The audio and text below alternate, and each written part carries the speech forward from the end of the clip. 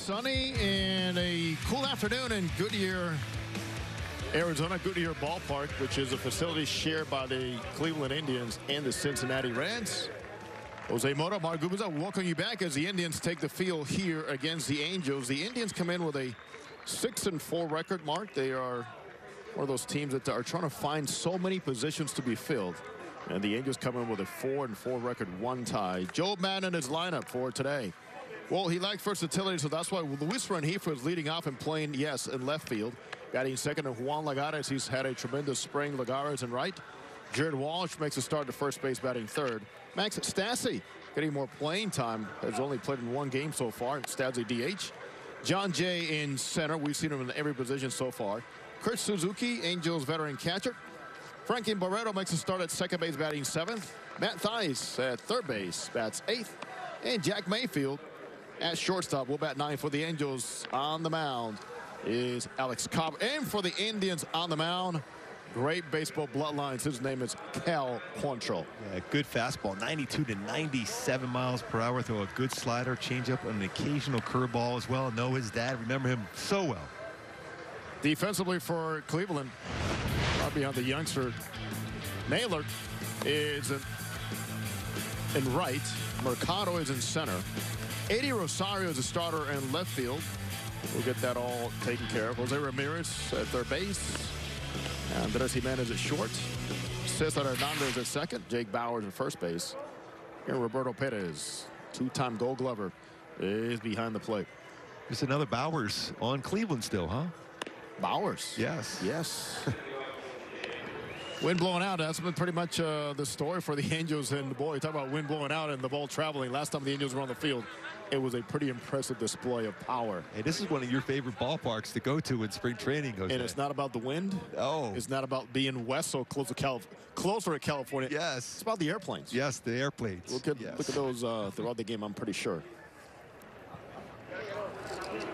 Luis Rengifo, who has looked way more comfortable as of late in the batter's box. A slimmer version, Mark, of Luis Rengifo. Young player that understands more and more about bringing more than one glove. He's played short, second, third, and today in left field, that's strike one. Behind the plate, Alan Porter. And the umpires around the bases, Quinn Wolcott, Ben May, and Edwin Moscoso. Here's the 0-1. Nice breaking ball there by Quantrill. What do we got of Mr. Quantrill? Yeah, he does it. I mean, he's got a power fastball. It runs it quite a bit. Throws about 54% of his pitches fastball. A lot of sliders as well. He'll throw a good changeup, and that's one of those pitches I think it's really important for him because he's more of a power guy. When you throw that hard, you can throw a changeup, change of speeds, makes everything better. His father, a 14-year veteran in the big leagues, Paul Quantrill. Very good competitor. I remember him very, very well. He's got the downward angle. That's pretty impressive carrying that fastball, but he misses downstairs, 3-1. It's good to see the patience from Rengifo. And he's always been a guy in the past, very aggressive, expands his strike zone, especially that down and in breaking ball. This one runs away. Good at bat for Luis Rengifo. He walks leading off the game for the Angels, and that'll bring up Juan Lagares. As we talk about Quantrill, Mark, 26 years old. He's out of Port Hope, Ontario, Canada. And out of Stanford University, a very successful and decorated career in college. He knows how to pitch. Sets up hitters well. Has been around the game for a long, long time. By the way, this is a good combination, too, with Rengifo at first and Lagares, the way he's been swinging the bat. Joe Maddon with some movement. Fastball upstairs. Rengifo one stolen base so far here in the spring, and it's good to see him get back to that part of his game. When the Angels acquired Rengifo from the Tampa Bay Rays organization, he had just stolen 41 bases. Lagares 6 for 9 so far this spring. It's at hard, foul, left side. Coaching third base for the Angels, Brian Butterfield, and at first base, Bruce Jeter Hines, who has had an impact in a lot of guys, including Rengifo and Lagares. And the outfield defense. We'll talk about that more and more as this game goes along. It's something they've stressed a lot, the club, and the different philosophies behind the defense and the outfield being so important. Quick throw back, close play, getting back safely is Rengifo. It's a quick footwork for Quantrill. Good athlete. Yes. Then again, what pitcher isn't a good athlete, Jose? I had to get that in there. I can name a few, but I won't. It doesn't include you, though. I saw you in action, dude, so as Rengifo takes his time here. Quantrill last year, split time between San Diego and Cleveland, part of a big trade between the Padres and the Indians during the deadline. And we need about 20 minutes to go through all those names. Again hard by Lagares. Foul. Nice job of bringing your hands in on the pitch on the inside part of the plate. Lagares has been really comfortable in the batter's box at spring training. An outstanding defender in the outfield. Terry Francona and his Indians enjoying so far a successful spring. A lot of competition. First base, shortstop. Obviously, it's not the same Indians team without one Francisco Lindor. How odd is that going to be without Francisco Lindor? That smile on his face for the Cleveland Indians. Now with the Mets, another quick throw. They got something on Rengifo that perhaps a lot of people around the league don't have.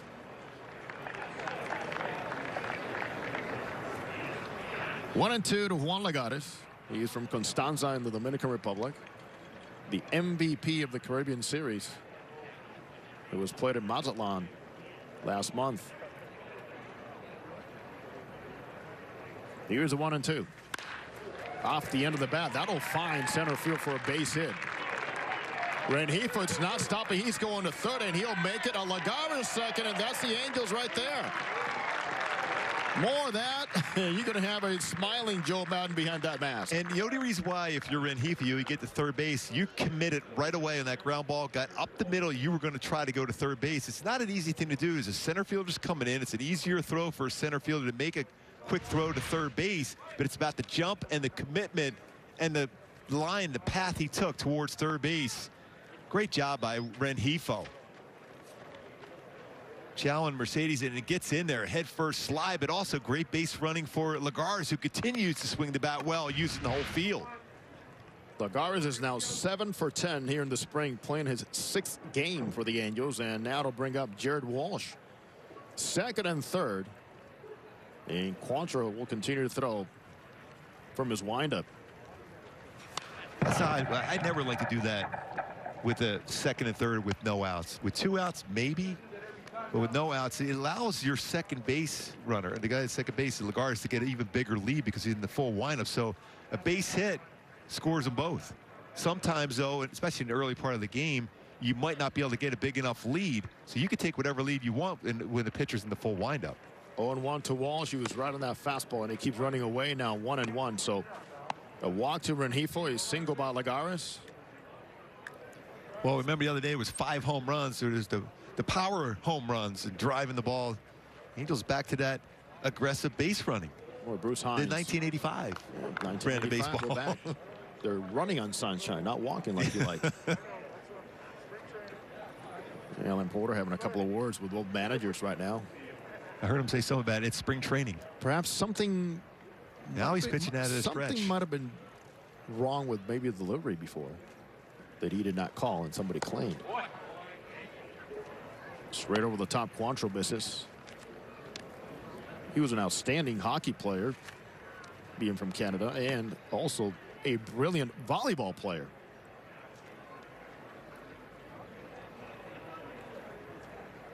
Max Stassi waiting on deck. Angels designated hitter. Walsh with a chance to drive in some runs here. Skies it left side, and the ball is carrying enough.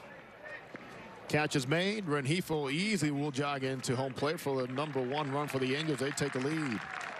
How important was that base running for Rengifo? Jared Walsh likes that, as well the Angels will with the run scored. A lot of times, especially in the first inning, it'll be first and second, fly ball like that. This be the first out, and you're still a first and second instead of run scored. Nice job. So much to be said about just awareness of who your outfielders are, how deep they're playing. I mean, getting out of the box too, Mark. Yeah. Like the way Lagares got out of the box. Batting .700 now in spring training. Here's Stassi. 0 for 2 so far this spring, limited time. And Joe Maddon said this morning, that Stassi should be catching here very soon as he swings through that first pitch. You see the numbers last season. Pretty impressive in terms of the home runs, the RBI, and driving the ball the other way.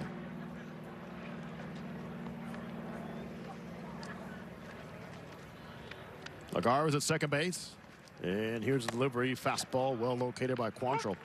Overall, Quantrill threw in 18 games last year. In fact, he was part of the playoff roster. 18 games, 3 starts, 2-0 record last season, 2.25 combined between the Padres and the Indians. He does have the power arm, 31 strikeouts in 32 innings. Here's the 0-2. Odd splits for him last year. Right-handed batters hit 294 against him. Left-handed batters 204, which is odd if you're a right-handed pitcher. You know what I noticed for lefties, and we talk about deception a lot, but guys coming from that angle and spiking the ball like that, and you see the ball, his fastball runs against lefties. I can see a lot of weak contact off the end of the bats. Yeah. And he throws his changeup a lot more to lefties. There's a big grip right there. He rolls a breaking ball, and Stassi fouls it back. Yeah, you'll notice before he gets into that set position, he has the changeup grip going. And then he works it into whatever pitch he's going to throw from that point. But usually if you're a right-handed pitcher like Jaime Barria, when you have a really good changeup, it's probably more effective for him against a left-handed batter than a righty. There you see him right there in an all-speed pitch, grip to bring it into the glove. Angels up 1-0. Thank for Luis Rengifo walking the sac fly by Jared Walsh. First RBI for Walsh. Fastball up and in, got him swinging. That's a lot of run of that fastball. You got to really be disciplined, as that one really took care of Stassi for the second out. Yeah, when all-speed pitched the pitch before that last one to Stassi, and then runs that fastball, firm one, above the strike zone to get a swing and miss. Very difficult, especially that late run to it as well. That pitch absolutely exploded there at the end. Look at this. Gets a lot behind it. If you're a hockey player, generally you're going to have strong legs, strong lower part of your body. You see him driving towards the plate. John Jay takes a breaking ball down. Roberto Perez behind the plate. One of the best in baseball in terms of catch and throw, calling a game, blocking. As John Jay steps in for the Angels, batting 5th today, but can't say enough about the guy behind the plate. Yeah, he's improved his hitting game as well. Remember, he was all glove and throw and calling a game before, but he's really turned into a pretty good hitter as well for Cleveland. And an outstanding framer. Lagar's at second base, and here's a pitch. See, that's those soft hands. Wow, that's nice behind the plate. When you see that from your catcher.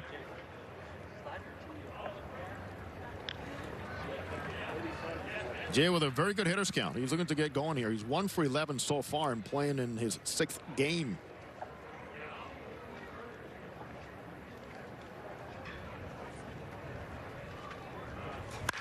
Hit hard. Right to the shortstop. Jimenez picks it up and throws him out. Angels strand Lagar's butt. He was a big part why the Angels scored today. That's some aggressive base running once again. Rengifo worked the walk, but right away the commitment going first to third. Scores on a sac fly. Lagar stays high. Back in Goodyear, Terry John Francona. He has managed for 20 years in the big leagues. His lineup for the Indians today: Cesar Hernandez at second base, Andres Jimenez at shortstop, Jose Ramirez at third base, Eddie Rosario in left field for Emil Reyes, designated hitter, Josh Naylor in right. Jake Bowers makes a start to first base. Roberto Perez from Puerto Rico, the catcher, and Oscar Mercado from Colombia. So we got the United Nations overall here with this lineup for the Indians. Are well represented, and I am proud to say that. Alex Scott for the Angels will make his second start here of the spring. Mark, you broke it down so nicely about how things have been kind of streamlined for him in finding himself to be healthy, gaining some velocity, as he delivers his first pitch here to Cesar Hernandez as a fastball. Strike one. I like his fastball. It moves both on the hands of a right-handed batter and away against a lefty. We're seeing a lefty here with Hernandez, 91-95. Fastball, curveball, and a very good splitter. There's a pretty good breaking ball right there, 1-1. Cobb, last season, limited action, obviously. 10 starts, 2-5 record for Baltimore, 4.30 ERA. Here's a 1-1. Nice breaking ball, could not hold right there. Hernandez, who is 3 for 10 so far this spring with 1 RBI. Straight down with a 12-6 break. You know, last game we saw Alex Cobb pitching. He pitched out of the stretch exclusively. Now back to a full windup. And in that game, which is back on March 1st, he threw 95 miles an hour. Suzuki sets the target. Here's a 1-2. A lot of times, especially in the spring training, when you're going to have this a one-inning effort, working out of the stretch is something that's good for you to be able to do, because if you have a 1-2-3 inning, threw the ball well, your chances are you might not even be able to pitch out of the stretch in one inning. So that's why you saw him out of the stretch. Now to this time, full windup. He's trying to run the fastball back, which he's done a couple of times, did not get the call there. That was a pretty good pitch. He's doing a little Bartolo Colon with that two-seamer coming back out to get some of the plate and starting it off the plate. 3-2 to Hernandez. Hit hard right to the first baseman. Good play by Jared Walsh. He'll take care of it himself. Route number 1. How about our go-tos for Alex Cobb for Mr. Gubicza? Yeah, my go-tos for Alex Cobb to be consistent this season, and especially in this ball game, is good fastball movement east and west. That's inside and outside part of the plate, and solid drop on that splitter. He will have success with that pitch throughout this game and throughout his career. Has been really, really good. Just a batting average about 181 versus his split last year. Yeah, it's pretty impressive. Yes, Andres Gimenez makes his way through the batter's box. Talk about impressive. This kid right here is making a lot of noise, and deservedly so here in this camp. He is pushing to become the everyday shortstop here for the Indians. 5 for 12, 2 home runs and 6 RBI for the youngster who swings and misses through the off speed. That was that nasty split from Cobb. It was funny just watching him looking down towards the third baseline to see where Thaiss was playing. See if he could bunt down there. Now I know with 2 strikes, it's different. Hits it hard to the right side, to the left of the second baseman. Nice job there by Barreto. He throws him out. Angels defense showing up here, just as our Gubicza predicted in our open. Especially when you have someone like Alex Cobb on the mound, you're going to get a ton of ground ball action. 4th highest ground ball percentage last year. As an infielder, you got to be ready and on your toes. Walsh, a nice play. Barreto with a nice play as well, showing some range to the glove side. 9 pitches so far for Alex Cobb, and that'll bring out Jose Ramirez. He is one of the most underrated players in the major leagues, but anytime he's on the field and healthy, he is immediately a candidate for the MVP. Great hitter. A finalist last season. Just a tremendous finish to his season. And Ramirez, along with Ramil Reyes, had to come in and apologize to their teammates after breaking the COVID protocol over the past weekend. We got reinstated yesterday. And it's one of those things where Terry Francona said, listen, it's about not just you guys, but taking care of your ball club. Remember, one thing goes wrong with any team, it affects a lot of teams. Yep. Well, you go back to 2017, 56 doubles for Ramirez. Cobb misses inside, 2-2 now.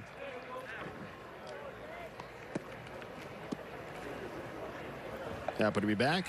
Apology to his teammates accepted, and time to move on. Here's a 2-2 from Cobb. Trying to cut that fastball right to the first baseman again. Angels defense playing catch. It is 3-1 on the out, and 1-2-3 goal down the Indians. Angels lead 1-0.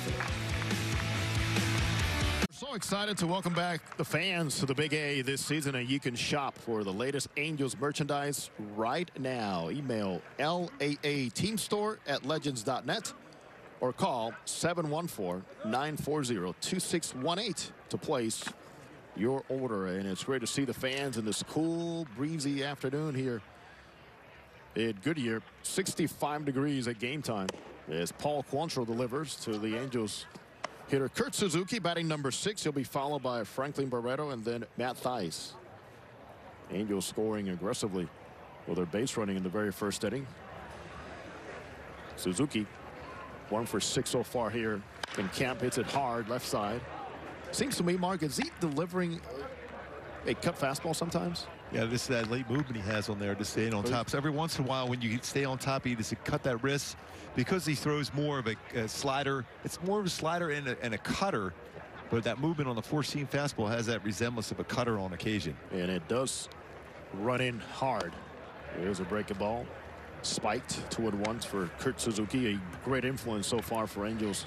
Yeah, there's been a number of articles written about his leadership skills, Kurt Suzuki, and how he in that clubhouse, and especially with the pitching staff, and how he gets everyone in that focus to be out there and attacking the strike zone.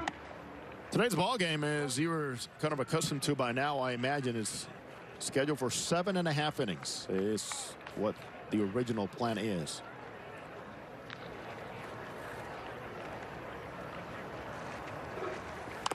There's that fastball running in. And a big conversations about team chemistry as well, how important that was for Perry Minasian to put that together along with Joe Maddon. And when you look at this roster right now, the way it's set up, you have 4 guys that won world championships. You have Albert Pujols, Kurt Suzuki, Anthony Rendon, Dexter Fowler, World Series champions. That's huge to be able to have those conversations with both veteran players on your team and the youngsters.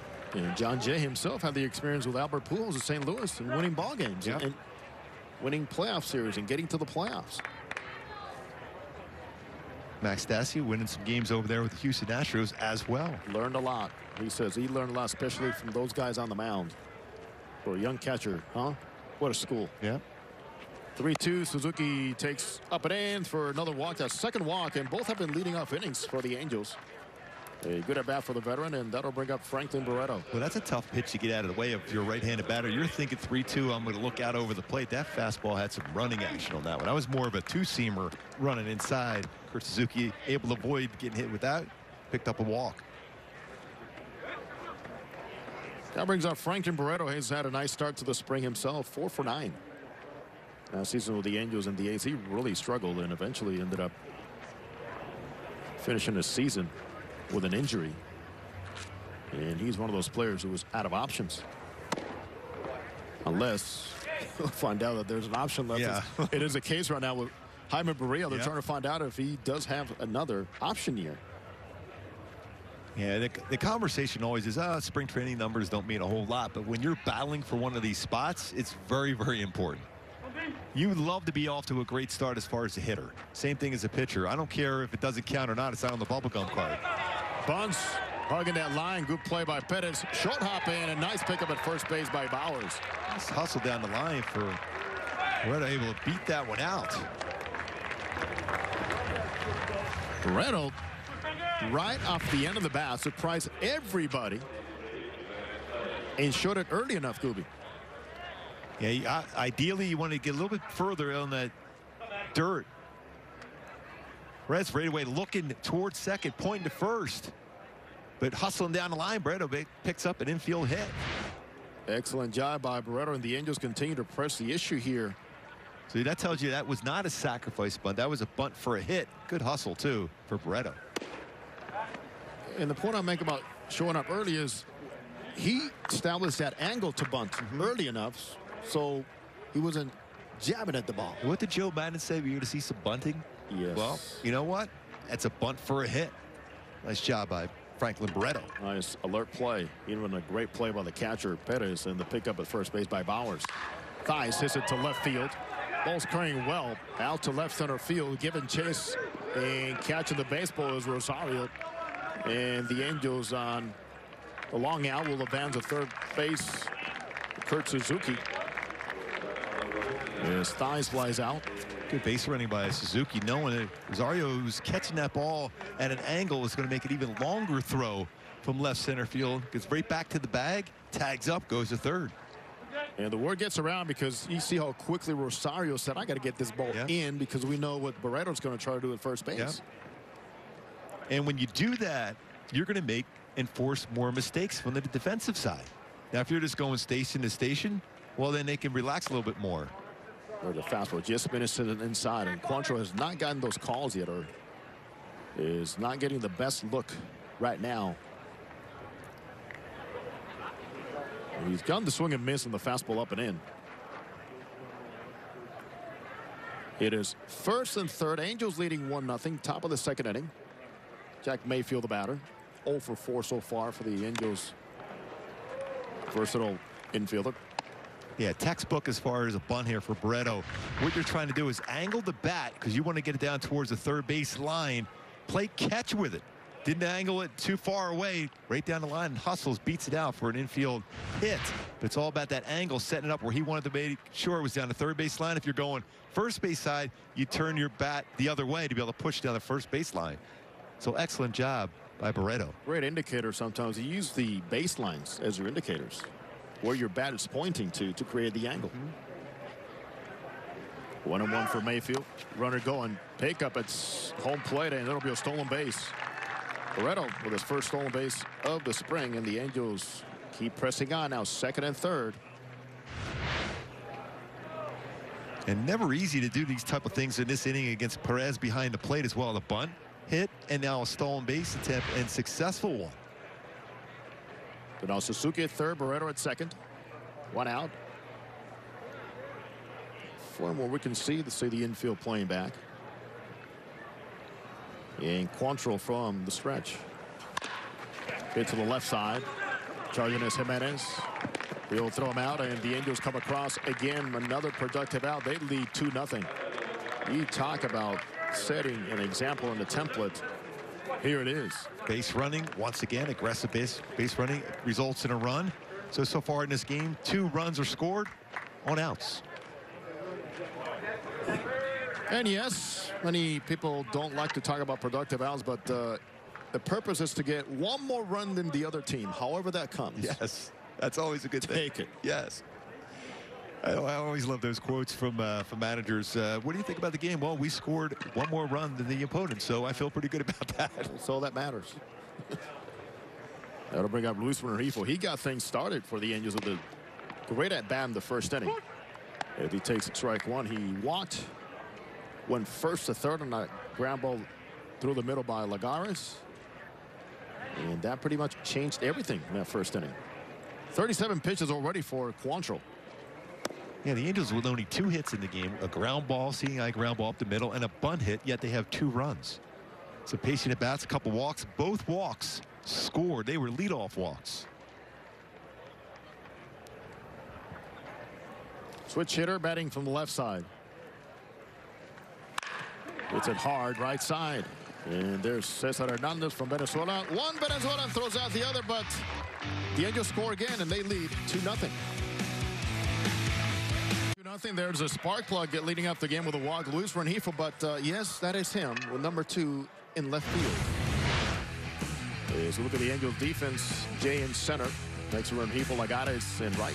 Walsh, Barreto, Mayfield, Mathis, Thaiss, third base, and Suzuki beyond the plate. And I see Rengifo getting that start out in left field. We saw Jose Rojas getting an appearance out in left field. You better bring a number of gloves if you're trying to make a roster for Joe Maddon this season.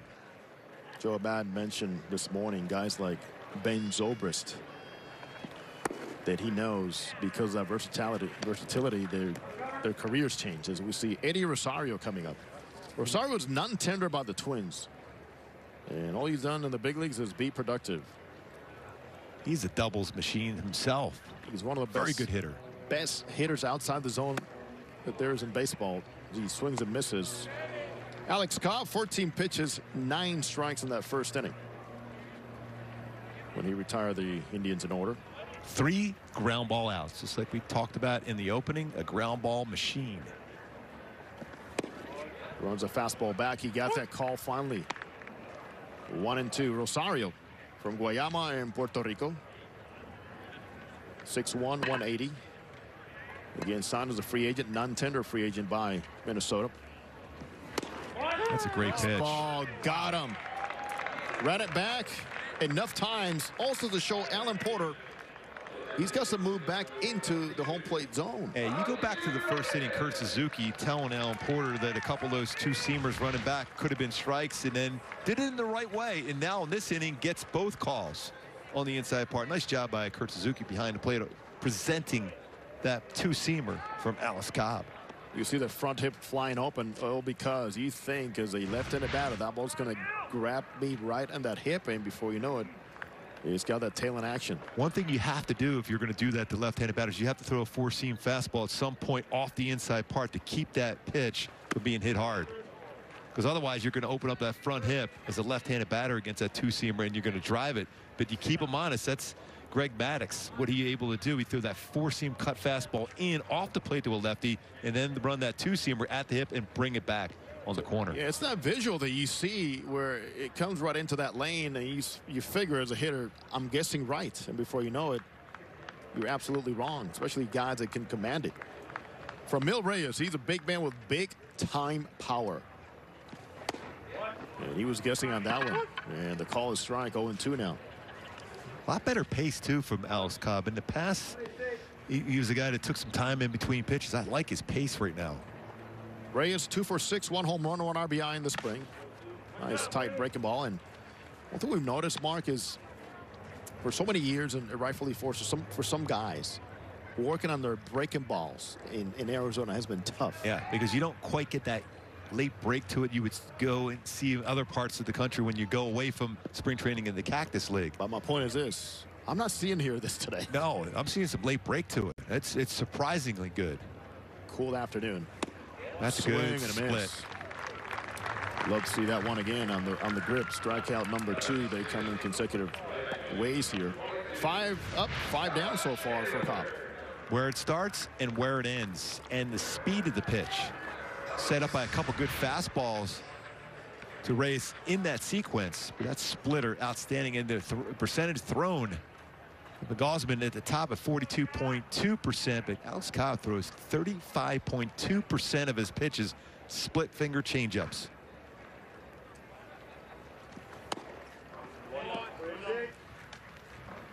Josh Naylor's the batter. Came to the Indians and made a nice impression. And he is a leading candidate to stay with the right field position for Cleveland here, starting 2021. Gives it to the right side into the shift. There's Barreto, and 6 up, 6 down. And another ground ball. That's 4 of them for Alex Cobb. All the Angels and fans, and along with the Twins fans, they're probably an Eddie Rosario fan as the Angels lead 2-0. And Juan Lagares makes his way again and hits it hard again right to the shortstop. Jimenez picks it up, and the youngster throws him out, and we're so happy to see you guys here on camera. Mark to my left, and let's go out there and show me some of the grips you're seeing today from Alex Cobb. Well, he'll throw a 4-seam fastball here. That's going across the seam. The 2-seam fastball, but that splitter right now, and he'll bring his hand up like this. It's almost like it's going to be a changeup, and he gets on top of this. The splitter's going, starts here and then drops at the last second. Really good splitter. He threw the Reyes to get a swing and miss. The 2-seamer that he's running back, how is he gripping? Yeah, he's right here at a 2-seam fastball. You want to get in between the seams, and that creates that sink action. Here to the 2-seam fastball, where you're going to get it right here where your fingers are at here, Jose, and that gets on top of it. It starts here, and then it's going to run like that. So you start at the hip, and it runs back, be able to catch that inside corner, freezes a hitter. That's well done, Gooby. 1 out. As Quantrill works on Jared Walsh. The leadoff hitter, Lagares, retired. 6-3 for the first out here in the 3rd inning. Lagares now 7 for 11 in the spring after the ground out. Even his outs are loud outs, though. Yes, they are. Made it more difficult for me to figure out that math after 7 for 11. 7 for 10 was easier for me. Well, 7-11 is something you hear about quite often. Yes. Not 7 for 11. Walsh, sac fly, first RBI for him for the spring, playing in his 5th game here so far. What was it, Chicago? The White Sox used to start their games at 7-11? That's right. Yes. It was a promotion. Yes.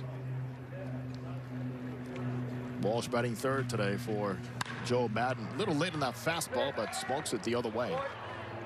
Haven't seen too often in a follow-through for Quantrill. He was off balance on that delivery. That means he was trying to overthrow that one a bit.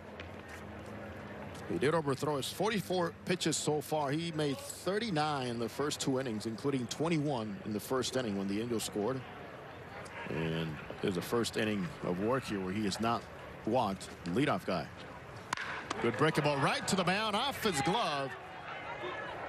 Picked up by the shortstop, and Walsh will beat it out. Well, I thought he caught that for a second. That is a hockey player making that play. That was a line drive, crushed right back up the middle by Jared Walsh. And that's not an easy one to beat out, because with a line drive like this, you're freezing home plate initially, and then off the glove, it's still able to beat it out. Good job by Walsh running hard down the line. Yeah, man, that's going to be a tough play. You got to redirect as an infielder to come in on that on the bare hand. Well, you've been part of this for so many years, Gooey. That scare and that ball coming back to you. But it's always great to see when there's some leather found in those line drive backs to the mound. Indians medical staff, athletic trainer make their way to make sure Quantrill is fine. Quantrill trying to be a guy in this rotation, Mark, that we look at it last season. They're unbelievable. Amongst the best in baseball in so many categories. You have the Cy Young Award winner and Shane Bieber. The Biebs. Yes. SoCal native. Zach Plesac. They still have a great rotation, and it's a young rotation. We're going to take a look, hopefully today, at Tristan McKenzie, who was fun to watch. Yes, Max Stassi struck out swinging the first time up. Finds him at first base. In case he's joined us, well, the Angels base running in small ball. Quite alive here today. Taking the extra bases, working the bunts. Sac fly, ground out, RBI. Getting it done. Every batter taking a long look at Butterfield to make sure there's or not a potential play put on. Butter has been busy. Yes, as Bruce Hines at first base. Angels coaches. Roberto Perez hitting out low and outside. He hits the spot, hits it hard the other way. Ball's carrying that way with the wind, and this is off the wall. Little trouble for Naylor picking it up. And Walsh will make it at third base on a screaming double the opposite field for Max Stassi. Continues to use the entire field, and that's what's made Max Stassi a much better hitter over the last 2 seasons. Fastball away, shortened up, and he drove that very well the other way. Walsh on the move, but he's got to pick it up to make sure the outfielder doesn't catch that. Otherwise, he's scoring rather easily. He's able to cruise into third base, so second and third, but aggressive base running once again. Again, runners in motion, hit and run play, and more than well executed, as we like to say. That is better than. That's a double. And brings up Jon Jay with a chance to get the Angels more runs here. As Quantrill continues to struggle with his command. The Angels have had multiple base runners every inning here so far.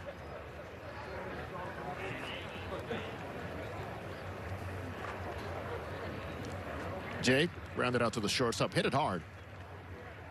Back in the first inning. 1 for 12 here in the spring.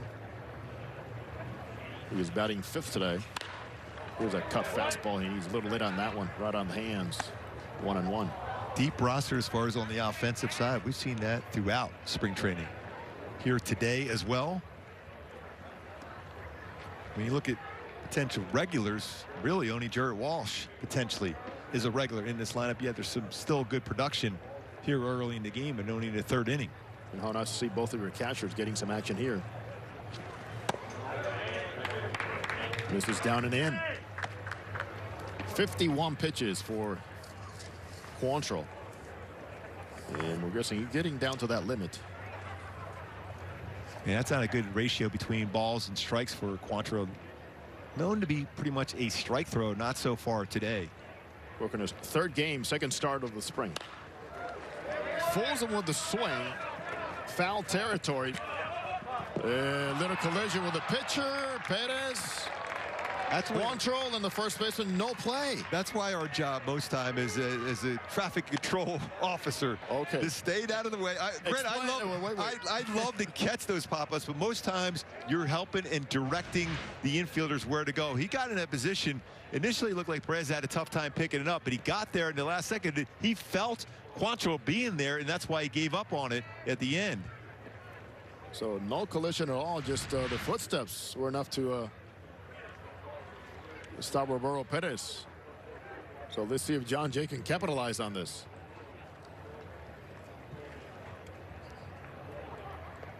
Here's another 2-2. Skies it. Deep. Right center field. Mercado is going to have a play near the warning track, and sprinted in is Walsh. Amazing, no 3 runs scored. Another run scored on an out. 3-0 Angels. Stassi makes his way to third base. Another productive out. Jon Jay with his first RBI, and boy, the base running. Yeah, on the run here. Great read by Rengifo on a base hit up the middle. Goes first to third. Not an easy thing to do, and Lagar's got the second as well. And then scores on a sac fly by Jared Walsh. Good base running by Rengifo. Then you go to the second inning. Barreto on a bunt beats it out, first and second. And the fly ball in the left field allows Kurt Suzuki to tag up and go to third base, and eventually scores himself after a stolen base by Barreto to take away a potential double play. Scores on a ground out. Good base running. Here's a ball hit to left field. And making a leaping catch is Eddie Rosario for out number 3 out the bat of Kurt Suzuki. And the Angels stay busy. They now lead 3-0 here in Goodyear. Angels leading 3-0 here in Goodyear. Alex Cobb has retired the first 6 batters he has faced. He'll be facing the bottom of the order. And here's a little comparison of Mark Gubicza and the split finger with he and Shohei Ohtani. Yeah, the difference is as far as the usage of that splitter, too. 35% as compared to 22, and Shohei was outstanding. Batting averages .036 for Shohei, 181 for Alex Cobb. Punch-outs, a little more for Shohei Ohtani, but whiff percent 55.9 and 36% for Alex Cobb. Really nasty pitch. 10 pitches last inning for Cobb. Here's a breaking ball just missing outside. He faces Jake Bauers, Roberto Perez, and Oscar Mercado. 7-8-9 for manager Terry Francona. Bauers involved in a tight race for the first base position with the Indians, with youngster Bobby Bradley. Bauers, the benefit to him, he's out of options. And so far in the spring, he's 1 for 10. Yeah, right out of the hand, you could hear Alex Cobb saying, didn't really follow through like he had been on every pitch prior to that. Meanwhile, Bradley has had a great spring. 2 home runs, 8 RBI. Hit hard foul in front of first base coach Sandy Alomar, our good friend, and coaching third base for the Indians, Mike Sarbo. And Sandy Alomar last season actually managed this team during the playoffs and into the playoffs, and they had a tremendous finish thanks to this man right here. And will be and should be a manager in the Major League Baseball. Well-prepared, great family. His father, former Angel Santos Alomar, Sandy Alomar Sr. His brother, Hall of Famer, Roberto. How amazing that lineup was for Cleveland back in the day. He was hitting number 9 for him. Can you imagine facing him and the number 9 hitter? What a catcher he was, too. All-star. Here to 3-2. Missed it inside, just cut down just enough for first base runner here for Cleveland in this ball game. Going back to Alomar, Mark, and he is interviewed a few times. I know he's been a finalist a few times. But he's also a former catcher. Yeah, as you mentioned, communication level is there. The players raved about how he guided them through a tough time last season, where there could have been so many distractions. He made a gutsy move in the playoff game for pinch hitting for Naylor, I recall, and stuck with it. Got some dividends, but eventually the Indians were swept by the Yankees. Just a great guy, too. Just a great person. Batters Roberto Perez.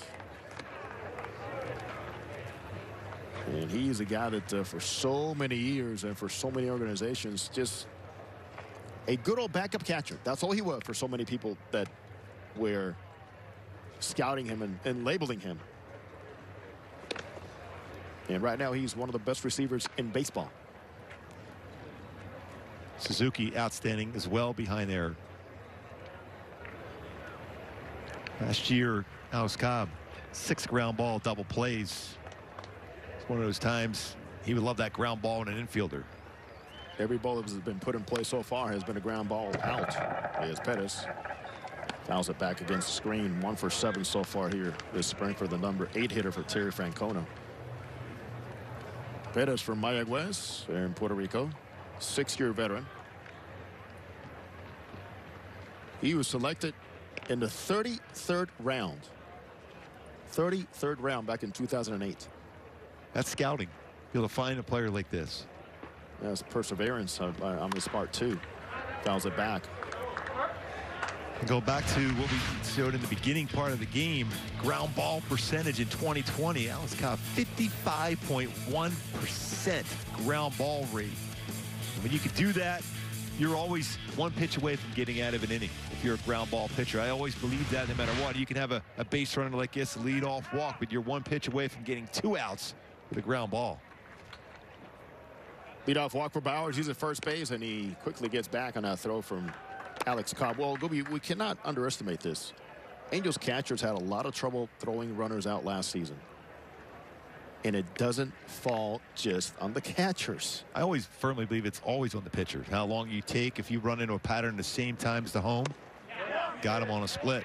He could not take a swing. That's a strikeout. That's strikeout number 3 for Alex Cobb. Perez goes down, and that'll bring up the number 9 hitter, Oscar Mercado. That was a great split finger fastball.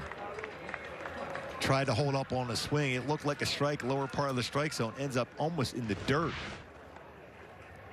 So let's get back to holding base runners.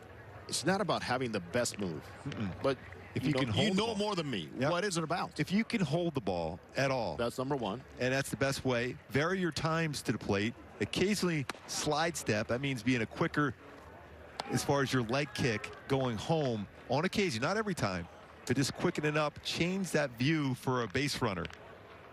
Bob Boone, who's one of the all-time greats for the Angels, when he came over as our catcher for Kansas City and Ricky Henderson, he goes, trust me, if you hold the baseball, Ricky Henderson will not try to steal against you, because he was stealing bases left and right against us. So we all just held the ball, and he didn't go, because it's all about momentum as a base runner. Here's a 1-0 nice break. You know how it is. By Cobb. You're trying to go forward, trying to time the pitcher. If I hold the ball, you're not going, because you're not getting any kind of a lead at all. You know what happens too, and I remember talking to Greg Maddux about this. He says guys with at home plate in the batter's box with a crouch, you hold a little bit longer because those legs get a little tired. Yeah, exactly. So when you're taking out from first base, trying to get a jump, you want to be as relaxed as possible as a base runner. If you're stiff because the guy's holding the ball, guess what? Your jump is not going to be as crisp. Foul in the home plate area by Mercado, who's from Cartagena in Colombia. He's 4 for 13 in the spring. Good young outfielder who struggled last season. In 36 games for the Indians, hit 128. 1 home run, 6 RBI, and struck out 27 times in those 86 at-bats. Yeah, he can go get a baseball in the outfield. We already saw that. But there's so many intricacies and ways in which you can help your catcher there. You're talking about runner goes, splitter. Pick the right There's pitch. Nothing Suzuki can do about that one. Stolen base for And also the art of stealing a base is looking at that. This is all going back to we talked about getting data. Alex Cobb probably has been identified with a 1-2 count. He throws a lot of splitters or a curveball. So you're going there because it's a more difficult pitch to catch and throw as a receiver behind the plate. And a lot of times the splitter is going to be in the dirt. So you put that all together, that's when you have a better chance of stealing the bag. But also the throws over the first base. You don't want that long throwing motion. You want to be short, quicker with your throw, and the footwork's very important as well. Bauers now at second. No look from Cobb, and he spins one down and away. Good take there by the batter. Number 9 hitter Mercado. On deck is Cesar Hernandez. Cobb 39 pitches so far. He made a total of 24 in the first 2 innings. Cobb has a good pickoff move to second base, as I recall, as well. That's a timing play for an infielder. You try to pick up that glove, that daylight play, or sometimes it's the back of the head and you throw it. Swing and a miss. Got him with the outspeed again. Mercado goes down questioning and seeing some great movement. That's another strikeout. 4 now. Did I get my math right? 4 strikeouts? 4 strikeouts, yeah. We're good. Gooby's got to keep an eye on me about that one. But Jose Quintana, like the fact that you gave an extra strikeout. I would have taken a couple extra strikeouts in my career. I would have been happy with that. That story will not die, Jose Quintana. I gave you 5 strikeouts. That's in the highlights. That'll live forever. 2 outs, man at second base. Hernandez swings and misses. So nice mixing right now by Alex Cobb and working pretty fast. I was just thinking along with Hernandez, I thought he was going to be swinging at the first pitch. I thought he was anticipating first pitch fastball, and that's what he was. That's why he expanded the strike zone. He wanted to be aggressive and jump on a fastball first pitch. Grounded out hard to the first baseman Walsh in the first inning. Angels up 3-0. Hits it nicely the other way inside that line, and that'll be extra bases. The Indians will be on the board, their first run of the afternoon, on a beautiful piece of hitting by Cesar Hernandez, who drives in his second run of the spring. That all-speed pitch, a little bit more of the plate than Alex Cobb wanted to. But credit Hernandez is staying back on that one and driving it to left field for an RBI double. You know one thing here, Gooby? That first pitch off speed as a hitter opens your eyes up to go, yeah. I'll be lead up, but it's not automatic fastballs for him. Yeah, and then you come back with a curveball similar speed, so the timing is there as a hitter. Now, a lot of times when you see an all-speed pitch, that's when you go with a fastball. So then you got separation of speeds, but a splitter and then a curveball, you have to really make sure you hit your spot. That got a little bit more of the plate. Now, if it's located better, it's still going to be all right. But he was looking something off-speed out over the plate, not thinking pull on it. Good swing the other way by Andres Gimenez. This is a good-looking young man right here. Last season, 48.1% fastballs. We mentioned a 35.2% split finger and 16.2% curveball. So he went splitter first pitch followed by a curveball. But he throws a two-seam and four-seam fastball. This was also hit to the middle of the lineman, right center field. Lagares, who else? Got that gold glove shining in right. But the Indians get on the board. Angels lead 3-1. We're going to the top of the fourth. Well, thank you, Angels fans, for 60 years of wonderful support. We'll be celebrating the 60th anniversary of Angels baseball all season long. Visit angels.com/60 for more information. We cannot say enough about the legends, the guys that pretty much set the tone for this organization. Gooby, 60 years of many wonderful memories, especially 2002. Yeah, you even go back to the first year of the expansion year. They were pretty solid. A lot of times you think of a first-year franchise, you struggle, but they were pretty solid from the get-go. Here's Triston McKenzie. He himself is a phenom on the mound, youngster. 8 games last season, and there's a high expectations for this young man who's got a live arm. A tall, lanky look. No need to even describe it to you. You can see it right there on your screen. Fastball right on it is Barreto. Barreto, Theis, and Jack Mayfield. 7, 8, 9 for the Angels. You can run that fastball 92, 97. There was a slider, curveball, and a changeup. McKenzie, 23 years old, 6'5", only 165. And throws that fastball, strike 2. It's good movement on his fastball as well. The right-handed version of Chris Sale, maybe? Remember, Chris Sale's the same way from the left side, tall and lean. They both throw very hard, and we're hoping as Barreto swings and misses on that slider, that's out number 1, but they're hoping to see Chris Sale bounce back with the Boston Red Sox. That was a disappearing pitch right there, Gooby. That's late action. We often talk about spin rate. Well, that's that late action spin rate at the very end. As a hitter, you're reading it, and then off the plate, swing and miss. McKenzie selected in the first round back in 2015 by the Indians. He was a 42nd overall pick. Great athlete as he delivers to Matt Theis, who's 0 for 1 today.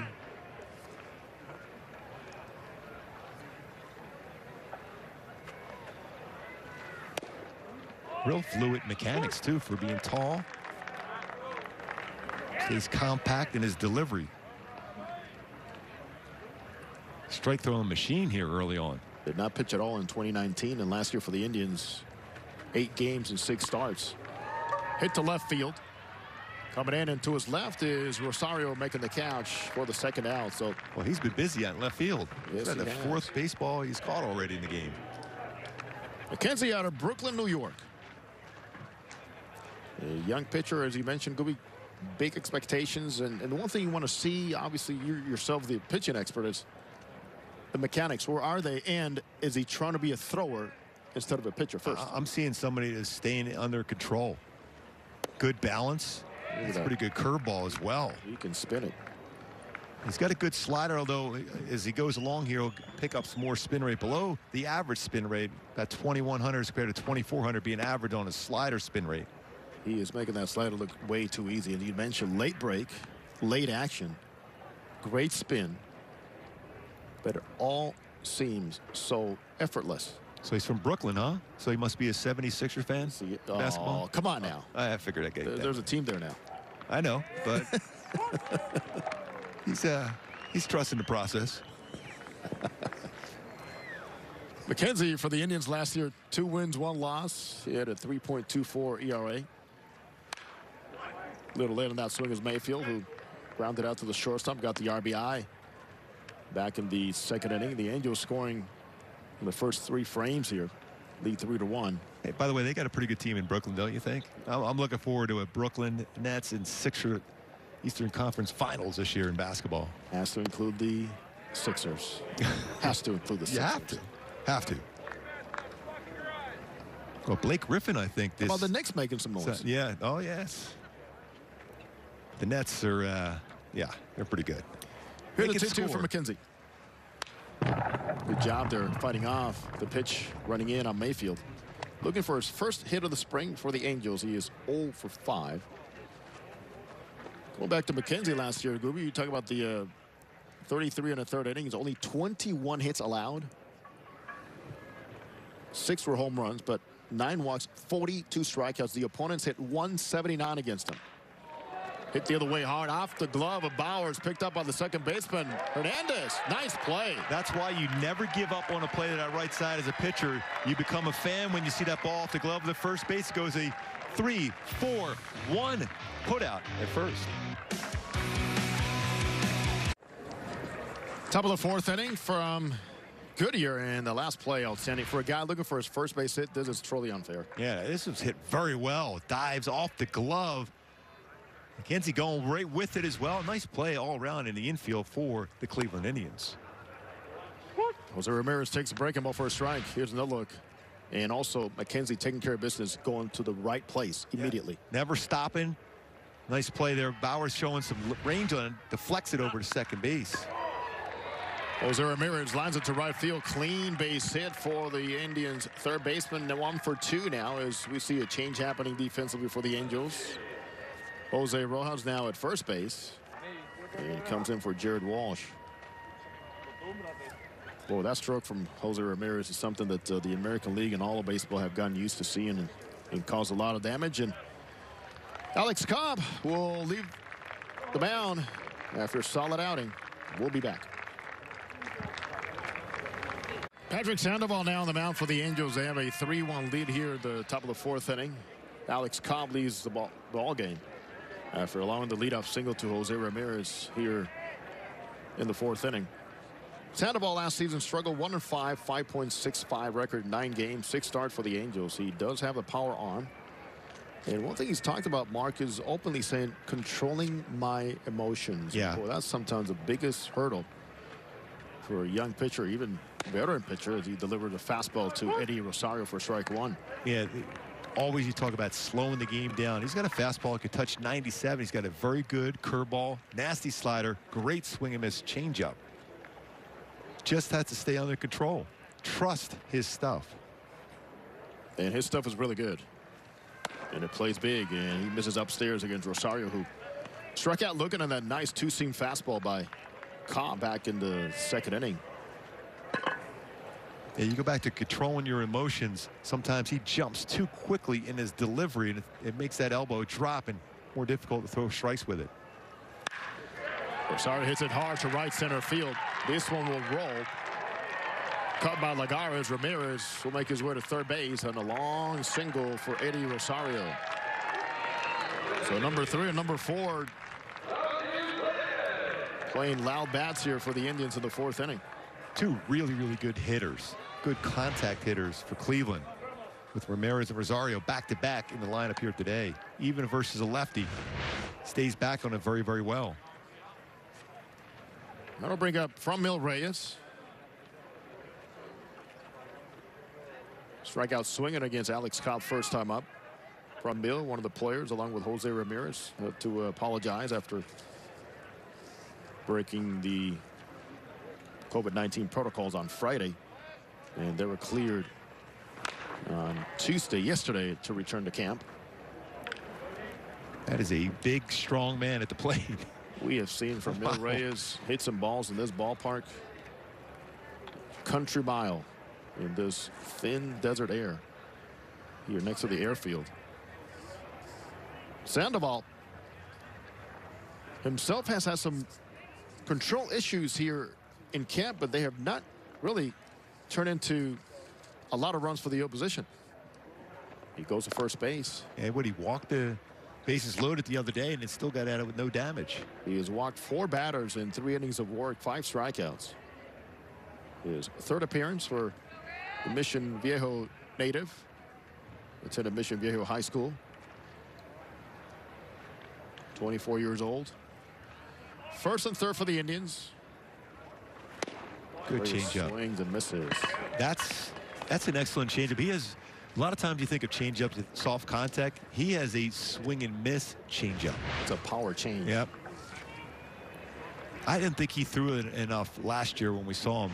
It's a great pitch. He went more with his slider, which is a good one as well, but his changeup is excellent. Not the easiest pitch to trust when you're a young pitcher in the big leagues, when you haven't developed it really in the minor leagues. And Gooby, the biggest thing is, well, you're not getting yourself into enough good counts. Yeah, it's tough to throw that 1-0, 2-0 all the time. Nice block there by Suzuki. He's always been a fine blocker, and he is smooth as they come. As the Angels get to see behind home plate. Suzuki taking a quick look to the dugout. Here's a 1-2 on Franmil Reyes. Spiked again and blocked by Suzuki. Here's a throw in. He got him. Nice throw. Nice job by Suzuki. You just were talking about how good he is as far as blocking pitches behind the plate. Quickly gets out of that crouch position, makes a perfect throw. Second base, gets a big out.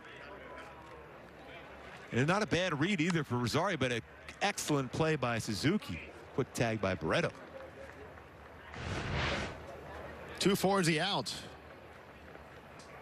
And Rosario shocked by the strike thrown to second base by Kurt Suzuki. See, Gooby, that's how Titans get it done. Yes, it is.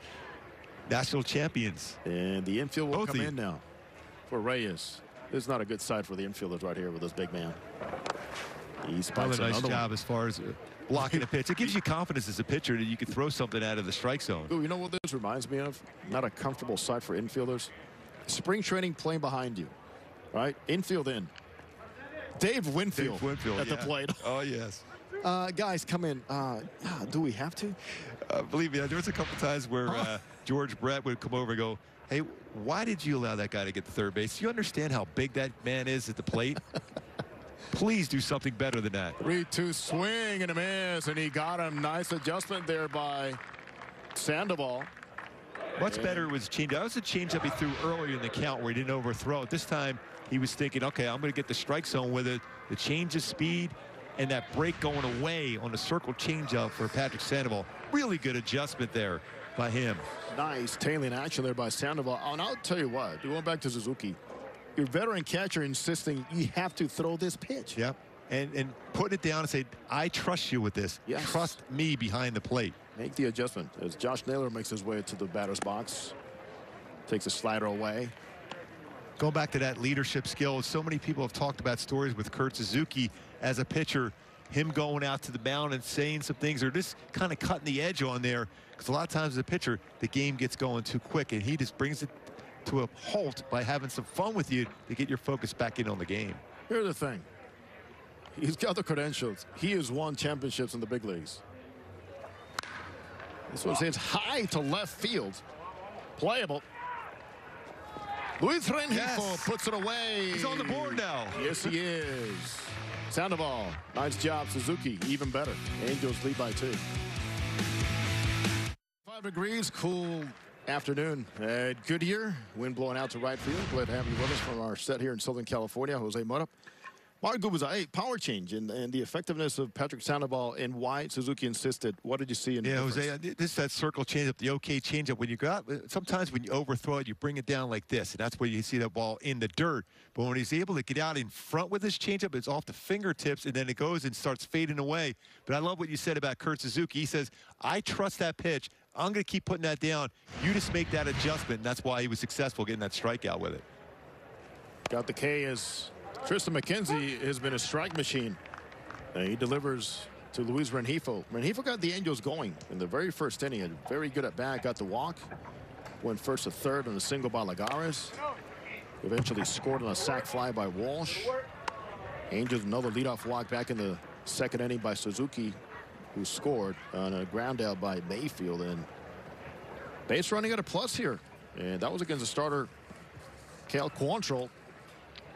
Is Tristan McKenzie works his second inning. And he has looked very good. You know, all three Angels runs today scored on outs, a couple sac flies and a ground out, all because of very good base running early on. Jon Jay with a sac fly back in the third. Rengifo goes the other way. He slaps it the other way. One thing that Joe Maddon was talking about this morning, Mark, in his Zoom call was he said Rengifo and he talked a couple of times this winter, and he goes, one of the conversations was Rengifo wanting to play winter ball, which he eventually did. And Joe has been, I mean, the biggest advocate of young players getting better playing baseball. And that's high playing competition. Baseball. Yeah, yep. And he says it's great to get strong and go to hit the weights and the gym, but good players get better by doing one thing: playing baseball on the field. The reps in the field, you know, the timing at the plate. And to be honest with you, when you're in winter ball, you go into spring training, you're way ahead of the game. Your timing's already there, and you're trying to make a club. Great decision to do that. Rengifo eventually went down and played in the Dominican Republic. Got a chance to watch him a few games. Joe Adell, Jordan Adams, two guys looking in that obviously under different circumstances perhaps would have played some winter ball. Another good take. That was a pitch that Rengifo would chase all the time over the last couple of seasons, that down and in break ball. Good take, good read. And whenever we see Jordan Adams now, we think about one thing. That's batter's eye in Maryville. Hit hard center field. Rengifo aboard again. That all was around screaming line drive. Great at bat for Rengifo. Did not chase those down and in pitches, which he has in the past. Stayed on that, used a big part of the field, picks up a hit. On base now twice in this game. Might see him on the move. Once again, you talk about confidence and repetitions. And, Gooby, there's one thing that we don't associate much with players eventually turning things around. How about failure and adversity? I've always believed that's how you get better. Because you know what? Some people, when they have those struggles, give up. Others work harder. Speaking of that, Joe Adell, he even said that. He had clearly had some struggles last year, but he said he was going to work harder during the offseason in the spring training to get better. He's going to learn from those mistakes. And as a young player, a potential star in the league, to have those failures first, to learn from it's going to make him better going forward. Lagares with the 0-1. Good swing by the right-handed batter. Goes the other way and back on this one. Lagares 1 for 2. 7 for 11. Joe Adell. Loud. Yeah, that's incredible power as well. Good balance. He's shorter through the baseball this year than we saw last year. A little bit longer of a swing. Look where that ball ended up going. Watch out, Berm. Over at Tempe Diablo. Lagares with the 0-2. Runner going, swing and a miss, and the Angels are on the go. Strikeout for Lagares, but a stolen base, as you predicted, for Luis Rengifo. That was another nasty slider. Wow. That thing just absolutely disappears. Lagares has been hitting everything hard. But you're going to expand a little bit more in your strike zone when you hear going as a runner, so you're going to try to make contact, at the very least, distract the catcher, and that was enough to allow Rengifo to steal a base and score in position. For the man who always hits the ball hard. Jose Rojas. You have a reminder for me about Jose Rojas, right? Yeah, I saw that swing the other day in the home run. Kendrys Morales. Yeah, that's a good one. Bambi. Bambi. Baby Bambi here. Bambi Morales. Who had an incredible major league career. He had a very solid career. Switch hitter. World Series champ as well. Career that could have been over for just a couple of years. Yeah. Because of a devastating ankle injury. Well, Rojas himself has opened some eyes. When I saw that swing the other day in the home run, I was thinking, he reminds me of somebody. And I kept looking at the replays of it, and I said, Kendrys Morales, the way he fouled through that baseball, and the baseball jumping off his bat. Rojas, it's strictly from the left side. And he does a lot of damage from that side. Go back to that swing. Kendrys Morales, I'm telling you, it looked just like it. Similar result as well on that swing. That's for sure. Rojas already playing his 9th game of the spring. He is 4 for 8, 2 home runs, 3 RBI. By the way, Gooby, is OPS for Rojas 1893. That's pretty good. No, I'm not that old. I was not born in that year. I was looking at Justin Upton's OPS so far this year, 2,000. Wow. 1-2 to Rojas. Slaps it over the mound. Sure-handed. Andres Gimenez will throw him out. For out number 2 as Rengifo scoots over to third base. One thing I noticed too about McKenzie is some of these swings in the contact, the point of contact, there's a heavy ball coming at you. Yeah, there's a lot to like about him. His stuff is excellent. Very good as far as mechanics on the mound. It tells you there's a good chance he's going to be able to stay healthy throughout his career, which you'd love to see that if you're a baseball fan and an Indians fan. Here's Max Stassi on a hit and run, hit a double against the right field wall. His first hit of the spring. He is now 1 for 4. Right-handed batter, Stassi. We can't say enough about why his offensive numbers turned around last season, Mark. It was all about front shoulder, middle, the other way, and reacting inside. And I think a lot of times when we have this conversation about, guy found the other side of the field, it's not that you're giving up on the inside pitch, but because your front shoulder is closed when the pitch is near you, you're actually quicker on the inside pitch. Yeah. Oh, definitely. I mean, you're seeing so much. It's amazing the improvement what you're seeing from Stassi. It's blocked there by Robert Perez. Yeah, he can still turn on that pitch. And he's hit a number of those home runs last year. He turned on them. But by being able to think middle part of the field, he's to be able to react on that pitch away, whether it's a fastball or a breaking ball, and stay on it well and still hit it hard. The front shoulder starts leaking, and it just drags your hands, makes them slower. Here's a 1-2. Hits to right field. The ball's carrying well that way. Naylor seems to be under control. He's got it on the warning track, and the Angels go down here, stranding a runner in the 5th, and they still lead 3-1. Improvement, even on that last swing, that fly ball out, that quiet lower body. That's keeping that front hip in, the front shoulder locked in as well. The hands inside the baseball allows him to react both the inside part of the plate and outside, but he's able to still turn on a pitch inside with those quiet hands and going inside the baseball for Max Stassi last season, really turning it around as a hitter. Even that out last inning, Jose, a good swing to the warning track in right field. You ask any hitter, which out would you prefer if you do a fly out? Pull side or opposite field? And most times it's, you know what, I'll take opposite field because I'm staying on the ball. This ball hit hard by Bowers to right field to find the wall. On hot, Adell, new right fielder, cuts it off, and it is a leadoff double for Jake Bowers. His first hit of the spring, or second hit of the spring now, 2 for 11. He had walked and scored in the previous at-bat back in the second. So Rosario hit the ball hard to the lefty against Sandoval. Lefties, good swings against Sandoval. And Bowers does the same thing here. That tells me that Patrick's going to have to, at some point, establish something off the plate and open that outer part of the plate for him. Here's Roberto Perez.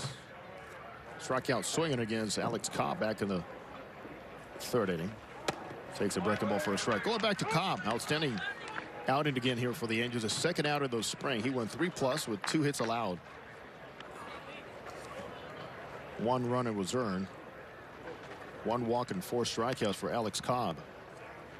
Excellent outing. Great stuff today. His split was nasty, but also his fastball, especially to establishing that 2-seamer and running it back, gets it inside corner against the left-handed batters. So Adell is now in right field for the Angels, and Brennan Lund is now in left field. Lund replaces Rengifo, who's had a nice day here today.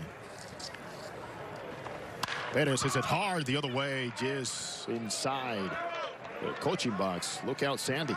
And going back to Alex Cobb, after that inning where he gave up a run, he was upset with himself for giving up a run. We know it's a spring training game, but I've heard so much about Alex Cobb as far as competitive nature. I like seeing that. And I don't care if it's spring training or not. You don't want to give up runs if you're a pitcher. Just like you don't want to make it out as a hitter.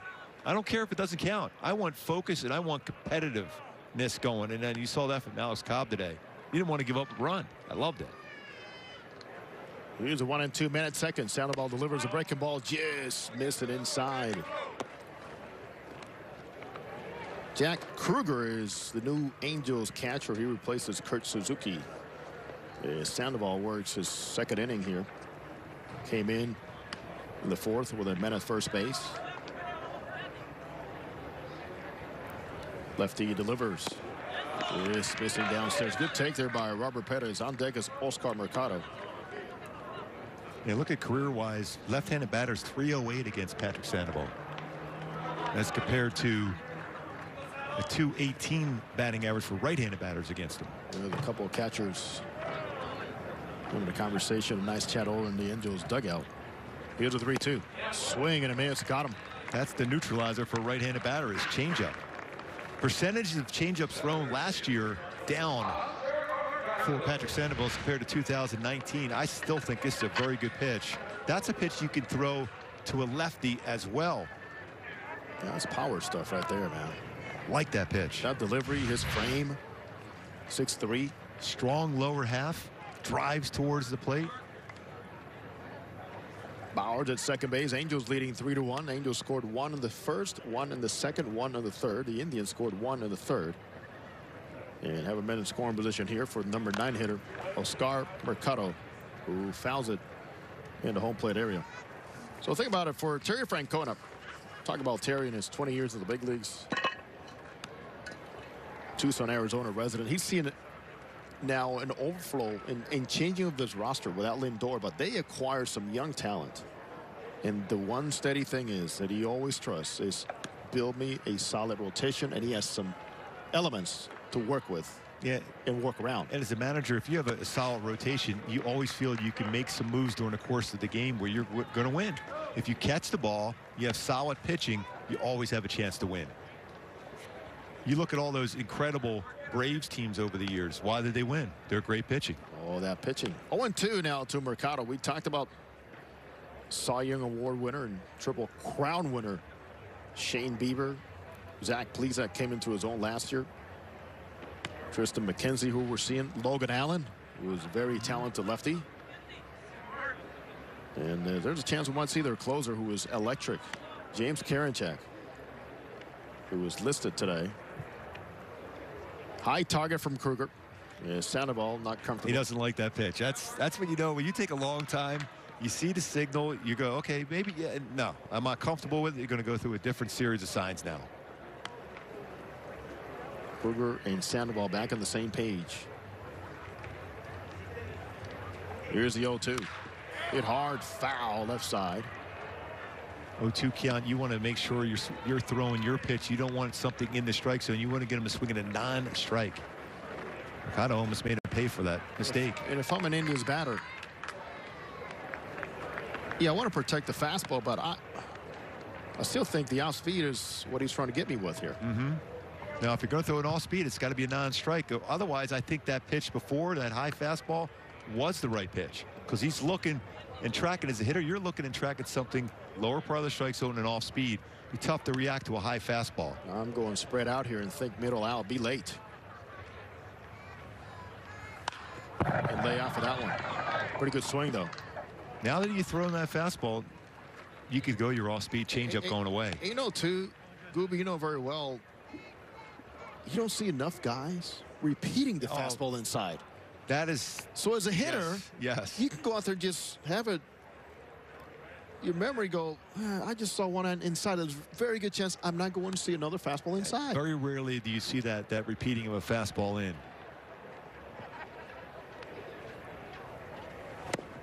Got him swinging off speed. Well executed there by Sandoval. Another strikeout for him, and I'll give a lot of credit now to new catcher Jack Kruger following on Kurt Suzuki. And he wanted that pitch down off the plate, down and in. Nasty slider. Oaks Christian, his school product. Beautiful afternoon. The wind blowing out. You can see that to center field about 11 miles an hour. 65 degrees at game time. And we are cozied up here in Southern California in our set. Yeah, I know we got high school football back. Oaks Christian's football team, football program. Wow. Always been really, really good. There's so much competition all throughout Southern California and so many states, but no doubt it's getting more intense here through the year, especially now with all these games being televised. Mm-hmm. There was a lack of exposure sometimes that prevented these great programs from being seen by multitudes.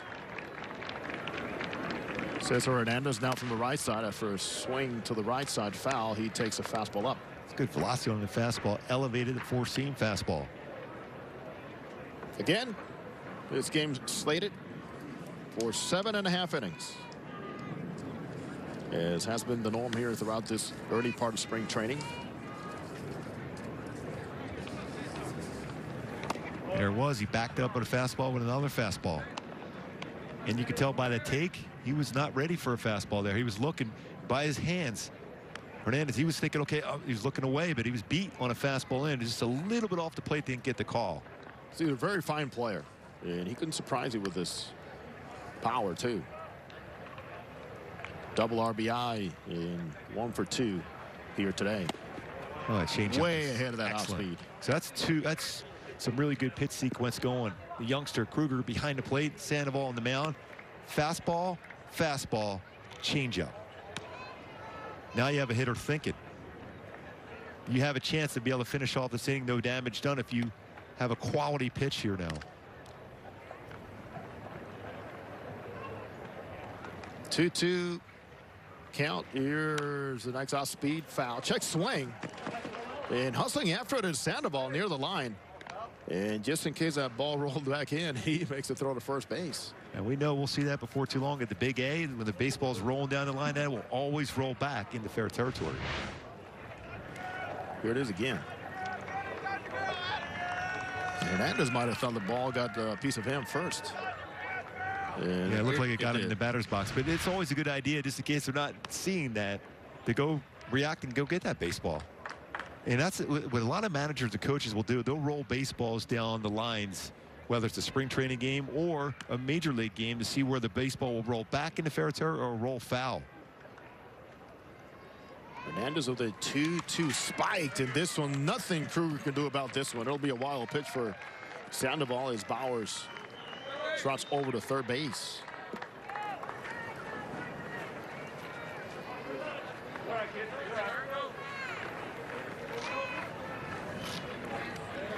Last season, Sandoval 2 wild pitches in 36 2/3 innings. Well out in front of the plate. Nothing you could do if you're Kruger. All that you could do is try to get your body out in front. Suzuki made a number of really good stops behind the plate today. Kurt was busy. He sits outside here. Kruger does on the 3-2, 2 outs. Swing and a man's, and that power change. His best weapon for another strikeout here for Sandoval as the Angels lead 3-1. Imagine 3-1 lead, and thanks mainly to a very solid outing from Alex Cobb. Let's hear what he has to say to the media through his Zoom. I didn't particularly take it off to work on anything specific other than our normal spring training stuff, but I think that was more of a kind of an awkward scheduling thing with throwing a game and then 4 more days throwing another game, and then it'd just be a lot of game action, and you know, it was just kind of nice to be on a backfield and just, you know, worry about sharpening the delivery. So it wasn't really anything specific. How's the velocity felt for you compared to what it normally is in the spring? Well, the ball feels like it's coming out well. Not sure where it's at really. I haven't seen the last couple outings, but the hitters, when I threw the live BP, told me it was jumping pretty good, and you know, you can kind of tell when you have life on your fastball, whether you're throwing you know, 90, 89, 90 or 92, 93. There's life that goes with it or doesn't. Well, there were, just on the scoreboard here, there were a lot of 94s showing up today. Hopefully that's that a could good go to thing. scoreboard. Yeah, that'd be nice. Yeah. All right, thanks, Alex. Thank you, Jeff. Our next question will go to Fabian. Hey, Alex. Just sort of following up on that. I mean, do you feel like there's more life to your pitches this spring than typically at this point of the year? Because it seemed like, especially like when you're going like front door to Rosario and stuff like that, that you had a good feel for like movement on that pitch. Yeah. The ball, everything has really felt like I always felt like I had stuff in the tank these last few years. I feel like something with the delivery has kind of taken away that life. My fastball velo has slowly is gradually crept up a little bit average each year, but that doesn't mean that the life is there or the direct. And I think that comes with direction to the plate. The ball just it comes in at a different angle to the hitters that it's not as easy to pick up. So the fastball life does feel great right now, and I think it's going to make all the off-speed pitches play a lot better, which is the recipe for success. I know you've always been around. Thanks, Alex Cobb, and those words really inspiring when it comes down to velocity picking up, Mark. But nonetheless, he continues to be a guy that we see the combination of the ground balls, which we like, and the fact that he's got to be happy with some 94s there today. Yeah, velocity on his fastball. Every time I look at him, I think of Dirk Bentley, the country star. and one of his best songs is Free and Easy. Well, he's free and easy with his delivery right now. That little bit of an adjustment with his delivery is making that fastball and everything better because he's free and easy. And also another big song by Dirk Bentley. How am I doing? Well, you're doing really good for Alex Cobb so far as a Halo. Free and easy is a play by Jose Ramirez at third base. Outstanding play by the All-Star and taking one away from Jack Kruger. And you saw the inning leading up. John Jay with a long home run to right field for John Jay. His first homer of the spring, his second RBI of the day and of the spring. As we also take a look again as why this man right here is one of the best in the game. Ball was hit real hard by Kruger at him. But a nice play. Throw across the diamond to get it out. Through flanking Barreto. He's played a solid second base, and he has been remarkable also with the base running. One thing that really jumped out at me, Mark, is, and we don't talk about this enough in baseball, is his form, his running form. There's a lot of fast guys that don't have the best running forms, and sometimes that, when you have so much weight going sideways, takes away from the bang-bang play at first base, and from you not scoring from second base on a single. Very good form as far as his running technique. Like we were talking about in between innings, Shohei Ohtani very similar as far as that quick going down the line. Shohei, to me, the best the Angels have, and amongst the best in baseball, one of the fastest guys in baseball. But it was emphasized back in Japan about being a great athlete and learning how to run. There's a form to running, and you don't have to be a track and field athlete. Yeah, there was a couple guys that I played with back in the day. Willie Wilson had a great form running. Right. And I know they drafted him high, a first-round draft pick, I think, out of high school. He's a football player in New Jersey. You could see his form was so fluid. He would go first to third as quick as anybody I've ever seen. Barreto with another good at-bat. He is walked now aboard 2 times today with a beautiful bunt hit back in the second inning. He has stolen a base. Officially 1 for 2. There he goes again. Here to throw to second base, and he is out. Nice play by the shortstop Jimenez, also by the catcher Roberto Perez. The Gold Glover guns him down for the second out. That was a quick release on that throw. A good scoop at second base as well. Pretty good jump. He is looking in. Look at the play by the young shortstop. No wonder Andres Jimenez has opened so many eyes around here. Wonder if that would have been reviewed during the regular season, though. That was pretty close. I don't know if he didn't get his foot in there. Automatic. Matt Thies about it. A couple of flyouts today. Batting 8th and playing third base. You can see how his stance has also changed. He's more straight up now. Hits it hard the other way. Into left center field quickly, cut off by the center fielder. Thies, long turnaround first base, and he'll make it easily into second base with a wide throw from the outfield, and base running shows up again. Aggressive. He was thinking double out of the batter's box. Makata did a nice job of getting to that baseball. most times you'll be satisfied with a single. But Theis is thinking double. Right out of the batter's box. His head is down. He's going to take that shot. Why not, with 2 outs, get into scoring position, gets in there with his nice double for Matt Theis going to left center. Keeps the inning alive here for the Angels, leading by 3 in the top of the 6th inning.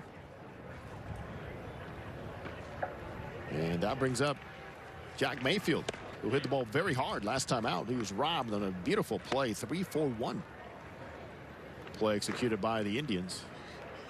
McKenzie with great stuff, but a couple good swings in this inning against them. John Jay with a mammoth home run. Nice swing by Theis for a double. And Jay took a hanging breaking ball and deposited it way out there.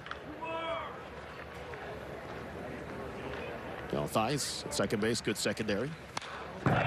Big swing, nice swing there by Mayfield, looking for his first hit of the spring. He is 0 for 6 overall.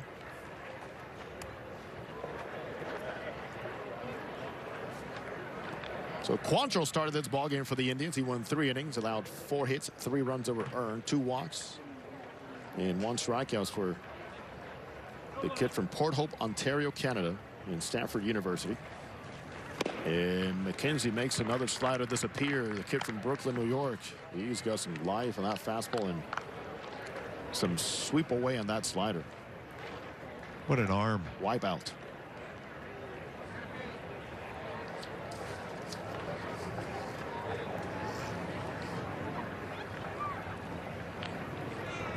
Right-handed batter in Mayfield, number 9 hitter for the Angels here today. Goes it to short right center field, and Mercado will put it away, but Mark, here it is. John Jay says, oh, there's still some life in this bat, and the veteran goes deep and gives the Angels a nice 4-1 lead here in the 6th.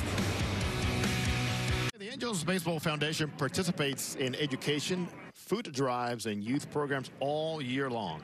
Visit angels.com/community for more information. I can't say enough about what the Angels and their staff and their personnel does for so many around different parts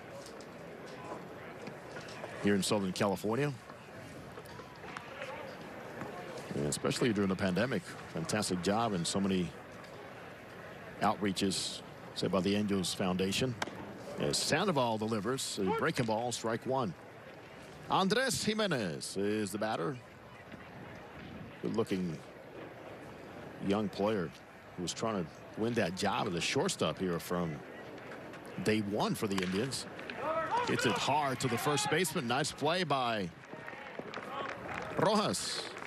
Just like Bambi Morales, 1 out. Yes. Mike Sosa used to always talk about Kendrys Morales, underrated as a fielder at first base. Yeah. He was a really good fielder as well. Jimenez is going to be a really good player. You can just see how good he's going to be already. He smoked the ball 2 times today, 0 for 3, but he came in 5 for 12 with 2 home runs and 6 RBIs for the Indians. As Jose Ramirez makes his way back to the batter's box. Hey, good to see Terry Francona push these veterans for another inning here. Third at bat here for Jose Ramirez. What do we say about getting at bats? That's how you get better. How you get your timing together. It doesn't matter how much time you have in the big leagues. Reps do matter a whole lot. Good Albert always talks about that. Yeah, there was a game one time a couple springs ago, probably like 3 springs ago, when Albert was slated to play against the White Sox in Glendale. All of a sudden, Angels get a report that it's raining in Glendale. So a new lineup is made because the risk to, risking some regular players and this and that and not wanting to make the trip. Albert says, oh, no, I'm going. That is so This is my day to work. Yep. So no excuse about the trip. It's 45 minutes, whatever it is, or it's raining. No, no, no, no. It's my day to take at-bats. I need to be in there. Now, what do you think is the normal amount of at-bats you need as a hitter to be ready for a start of a season? I remember it used to be, I always thought it was around 40 to 50 at-bats. So, like the norm right now here, like if a guy has 40 to 50 at-bats, that's great. Some guys will tell, I need 30. I think 30 is not enough, in my opinion, because 30 at-bats in spring training, who are you facing? How much premier pitching are you facing? And obviously, it's about how you feel and where your body is. But, Mark, then comes under the lights, and then comes 1, 2, 3 in a rotation, and before you know it, you're 1 for 10. You're 0 for 12. So it does vary, but there's a time when guys would get 100 at-bats in spring training, which is not what I'm advocating here. But I think the 60 to 70 is more norm. Where you're going to have some good stretches, some bad stretches, where times where you're going to have to go work in the backfields and get some at-bats there. But to me, yeah, a lot of clubs, unless you get a ton of at-bats in the backfields, 30 to me is not a lot of at-bats. A lot of clubs hide their starting pitchers and put them in those B games. Seattle, I think, is not even going to be able to throw any of their starters in any games this year. Well, we heard regular games, I should say. Rosario's retired 1-3. Yes.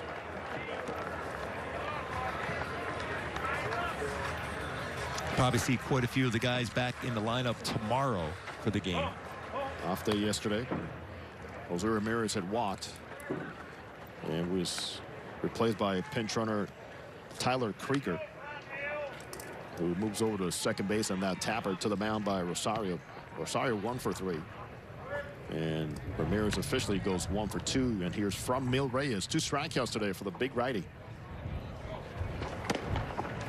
Breaking ball upstairs from Sandoval, working out his 3rd inning. He came in relief of Alex Cobb back in the 4th inning. And we threw him some pretty good change-ups last at bat. And from Mil Reyes can sky a ball with the best. Kruger said stop outside, and here's a pitch. He buries that changeup and it cut across.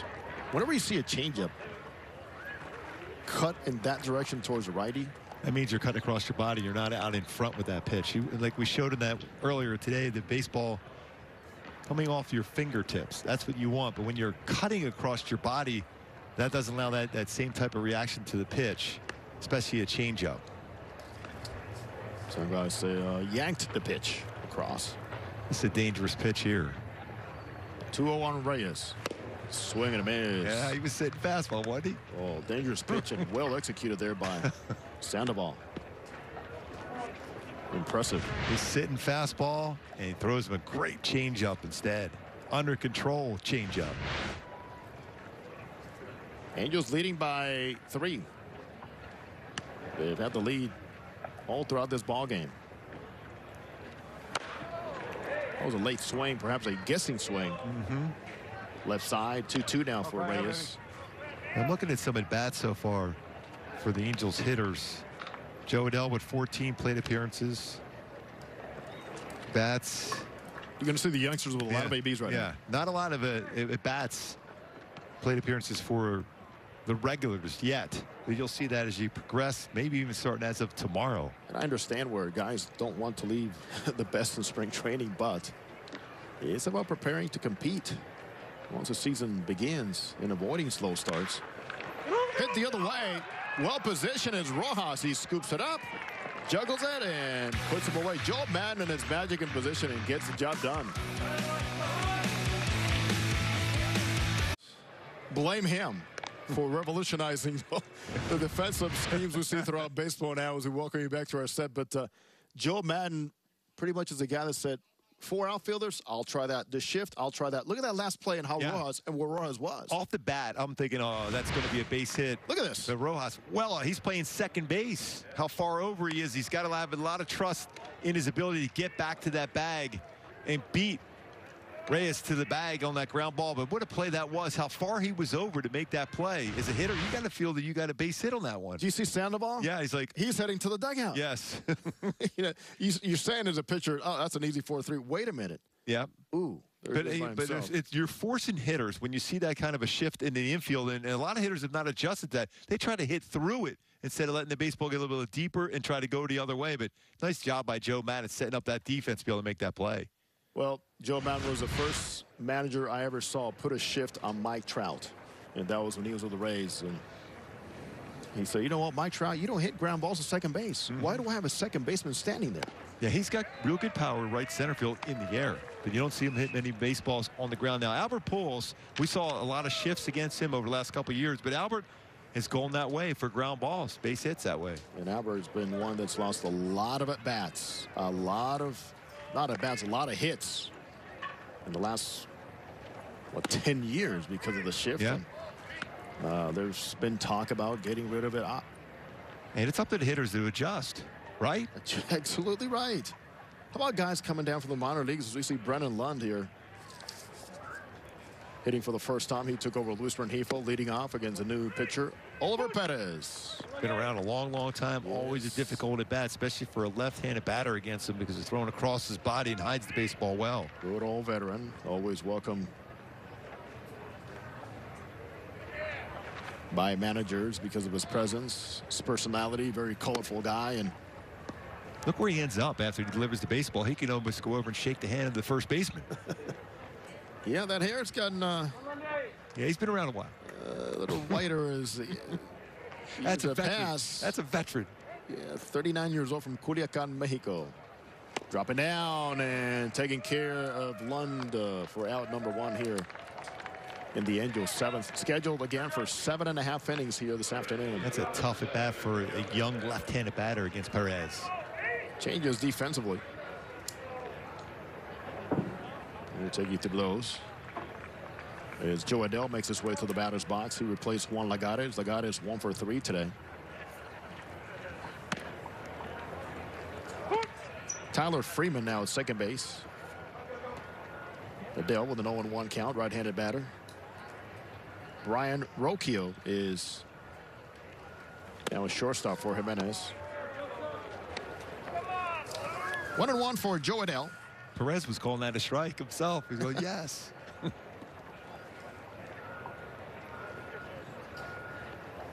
Angels up by 3 here in the 7th. Turnaround, Perez.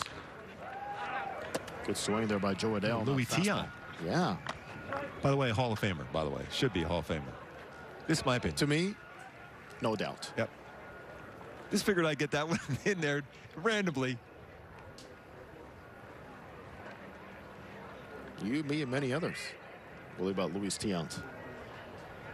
El Tiante. Here's a 1-2 on Joe Adell. Fastball inside. Just missing his Oliver Perez, who used to be a very hard thrower as a starter. Yep. That's still got some good life on that one. By the way, Luis Tiant started out his career as a Cleveland Indian. That's why we're bringing it all together. Just tied it together. Should be a Hall of Famer. 2-2 on Adell. Rolled over left side. New shortstop throws him away. Throws him out. Rocchio on the 6-3. 2 outs here for the Angels in the 7th inning.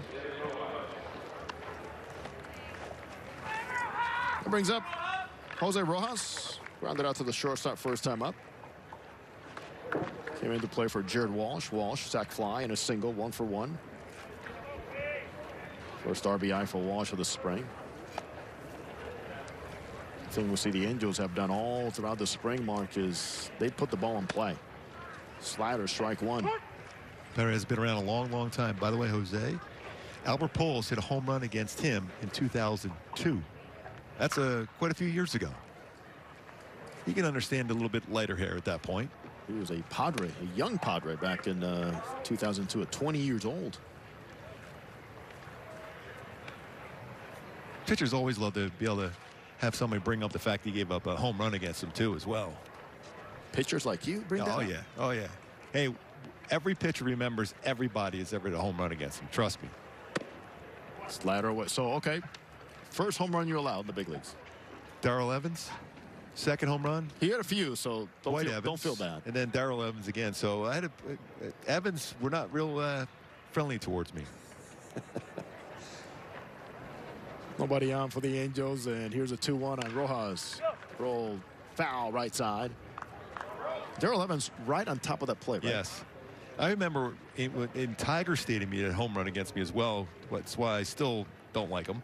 But that's a different story. I actually got in there on the handle of his bat, and he hit one into that upper deck in the old Tiger Stadium. And I saw him running around the next day. I said that would have been a routine out everywhere else because you remember that overhang. It was actually it could have still been in play. Yes. He goes, It hung over. he goes, part by of the the way, outfield. I got quite a few home runs, youngster. Just keep running. I said, okay, my bad. I'll keep running. You're 3-3, by the way. Darrell Evans and Dwight Evans. So you kept it pretty fair Yeah. with the Evanses. Yes. 3-2 to Rojas on deck for the Angels. Is the spot for Max Stassi. Rojas came into the game 4 for 8 in the spring with a couple home runs. Here's a pitch from Perez, and he walks him. Good take there by Jose Rojas. Keeps the inning alive. And we'll see if Joe Madden decides to stay with his designated hitter. By the way, Jose, last home run I ever gave up Yes. was against Cleveland. Kevin Mitchell. Really? Yeah. Kevin Mitchell himself had quite a few. Here's Brandon Yeah. Marsh. Still made one of the greatest plays with the bare hand and going out foul territory in left field when he's a giant. Marsh, who's been slowed down by an arm injury, is here in the batter's box against lefty Oliver Perez. And he took a strike. Can't wait to see this kid on the field. Yeah. He is pretty special. So far in the spring, he is 1 for 4 with a triple. And that was a beauty. We talk about running form. Even after stumbling around second base, he made it to third base easily. Hits it to the right side. And he'll be thrown out by Freeman. 4-3. And 4-1 score. Angels 4-1 lead here in Goodyear. A breezy, cool afternoon, and it's great to see and to know that the fans have made their way into the Cactus League games, Mark, into the Grapefruit League games, and very soon into the Big A and all throughout California and many stadiums around the country. I love that. The fans, it makes such a difference for the players. You get to that next level when you hear them cheering for you, or even sometimes when they're booing you. Hey, that was a Ty Buttrey jersey someone had in the stands there. Ty's Nice. big, man. Yes. Made an impact. We wish him the very best as he continues to find that groove and try to find that spot in the bullpen where he's going to help the Angels. As Felix Pena, 25 games last year, 3-0 record. Working in his third game of the spring. Right-hander delivers and swing and a miss on Naylor, who has been in the entire game. Loses his bat.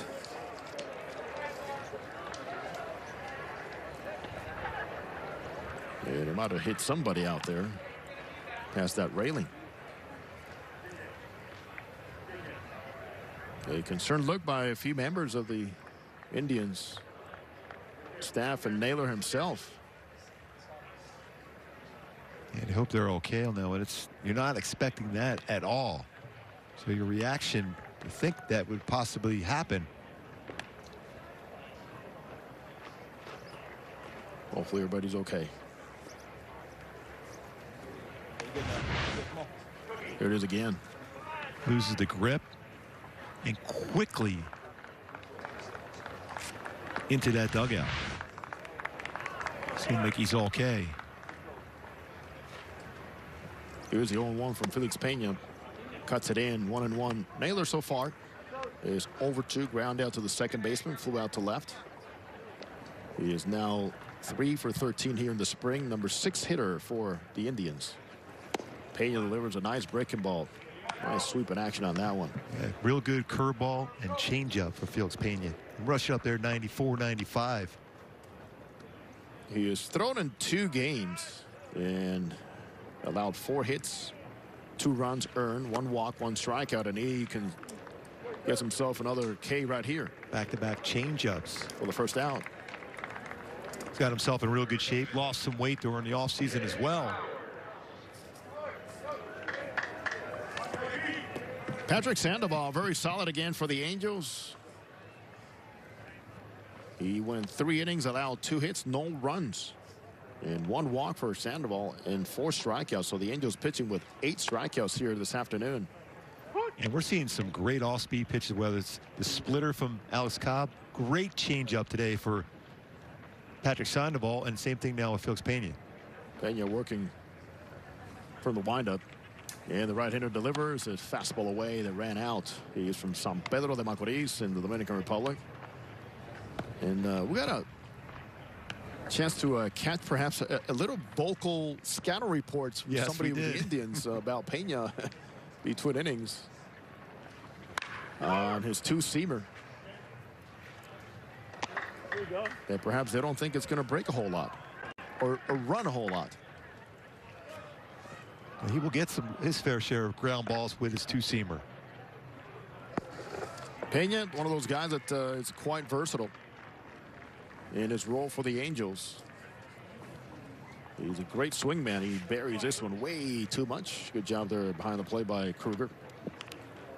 So between Pena, Gooby, think about the guys that you need stretched out. Junior Guerra, very impressive his first time out. Veteran, 36 years old. Has some visa issues coming out of Venezuela. He's impressed well in the backfield. And in his first outing here in the Cactus League, as this one rolls into the shift by Jake Bauers, who's retired for the second out here in the 7th. And you mentioned that shift in the defensive alignment today set up by the Angels has been excellent. And you have the pitchers pitching to that. Jeremiah Jackson with a putout, 6-3 there. That's something that sometimes doesn't get talked about a lot. Is a pitcher, when you have a shift on, you can't pitch against that. In other words, when the Astros really started developing their pitchers, they had a lot of shifts on, but you also have to pitch to those. And guys that can execute those pitches and stay with that plan. I mean, if you're a left-handed batter up here, it's not a good idea to stay with hard fastballs away down when you have an infield shift like this. So you're going to go inside a little bit more off speed to force him to be out in front and roll over and hit a ground ball to that right side of the infield as compared to the left side where there's nobody there. Bo Naylor's a batter. He hits it hard the opposite field, and this one's carrying all the way over the wall. First at bat for youngster Bo Naylor. He goes the other way and makes it a 4-2 score here in Goodyear. And if you're the Cleveland Indians and their hitting staff right here, you like a swing like that. Power left center as a left-handed batter. Now that's going a fastball out over the plate. It was elevated enough where you can get it in the air and got it out of the ballpark. Felix knew it right out of his hand in delivery that ball had a chance of being hit hard where it was located. Yeah, that's pretty impressive power. Naylor came in to replace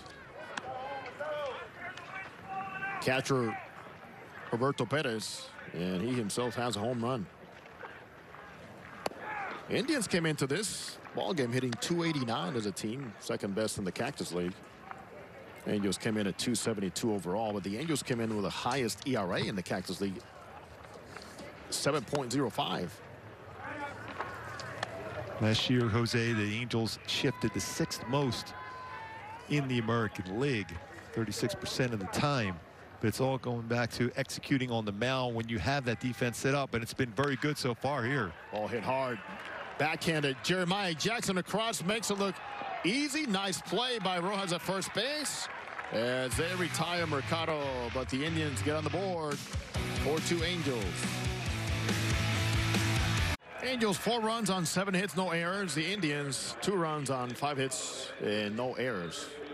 A clean ball game here on both sides on the defensive side, and making his way to the mound is young phenom James Karinchak. Boy, what a season he had last year in 27 games. A 1-2 record, 2.67 ERA by Gooby. This young man right here can really bring it with his fastball and with missing bats. Yeah, and he's got that little bit type of delivery where he's going to be successful when they're not reading the baseball out of his hand as well. And the back end of that bullpen, the Indians with Terry Francona have Emmanuel Clase, who was suspended all of last season. Nick Whitgren, and this is their closer, James Karinchak. 17.7 strikeouts per 9 innings last year. That's like Rob Dibble type numbers. Unbelievable. Average fastball 95.5 miles per hour, but also a very good 12-6 curveball as well. With a fastball at 96. Schebler, the batter, skies it to the left side and out of play. About 4 rows up.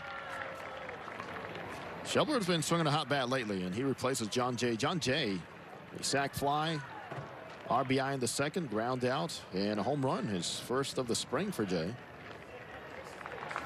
And Schebler has been better himself as of late. He is 3 for 8, home run, 2 RBIs. Here's the 0-1. Fastball painted outside, 97 miles an hour. You talk about a perfect location of a pitch as well. Scheduled for 7.5 innings, so technically this should do it, but we have been warned. Just be ready as we see Buttrey getting ready. And not sure if it's getting just some work in the bullpen or he's coming in. Shubler right on that fastball, fouls it back 0-2. James Karinchak, 6'3", 215 pounders. He's out of Newburgh, New York. Indians 9th round in 2017 from Bryant University in Smithfield, Rhode Island. That's doing your job as far as scouting. Breaking ball spiked. You're absolutely right, Mark. I mean, talk about a guy that not many expect him to come out of the gate like that last season in 27 games. He allowed only 14 hits, 53 strikeouts, on only 16 walks. That is a good curveball. Where's number 99? And for Terry Francona now, obviously, as he tries to find the best matchups in his bullpen, it's good to have a guy that you know he can go to, who got his feet wet last season after making his debut back in 2019 with 5 games. 2-2 on left-handed hitter Shubler. Fastball got him looking. 98 right on the black. That's 1 out. Takes the baseball out of his glove quickly. You've seen that a lot with pitchers in that stretch position, where there are a lot of movement in the feet before they get ready to throw the baseball, to get that generating that power going towards home. Well, we saw him spike that breaking ball, and it's got a lot of sharp movement downward, but boy, bread and butter is that fastball that he seems to locate very well. As Jack Kruger makes his way for his second at bat. Hit the ball hard first time up. And right on cue, that curveball, late break to it. Kruger is 0 for 1. Angels looking for their 5th win here of the spring. They come in with a 4-4 record, 1 tie, and the Indians come in with a 6-4 record.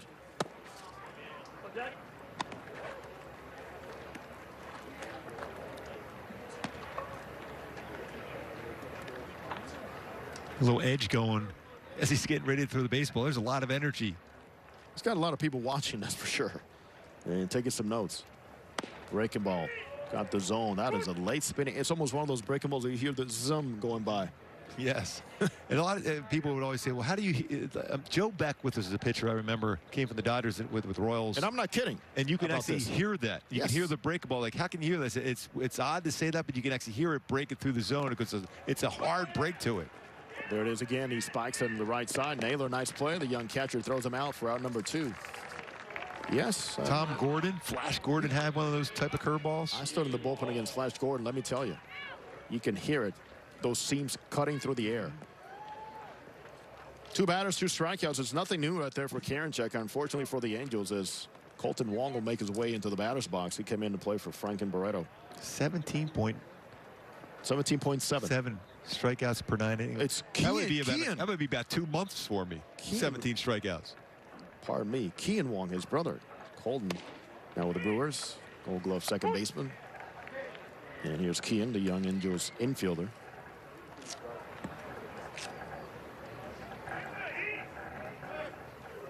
Nice year for him in AAA back in 2019. Angels with a 4-2 lead. Karinchak delivers, and that's a pretty good indication how good a curveball. That's not even close to the strike zone, but you get a swing because it starts around the knees and ends up in the dirt. Kean Wong is 2 for 9 so far this spring. He's worked a couple of walks. He's also shown some versatility. And here's the 0-2. Fastball upstairs. 97 miles an hour. Just getting loose in spring training. 97 miles an hour. And you say that. There's no doubt he is lighting up the gun, and he is lighting up a lot of eyes out there watching. Got him. 97. That is 3 batters, 3 strikeouts. And we will stick around just to see and make sure that this is going to be it as predicted and as scheduled. As Joe Maddon strolls out towards the field. And not too much to us. It's just an indication that it looks like just as scheduled and as announced, this will be the ball game. Nice job by the Angels and Joe Maddon's club throughout this entire game. I love the way they ran the bases. I love the defense and the pitching today. Outstanding for the Halos in the victory. A 4-2 win for the Angels with 7 hits, no errors, and the Indians 2 runs on 5 hits. We'll be back, Angels Live. We're going to break it all down. Cactus League edition right after this.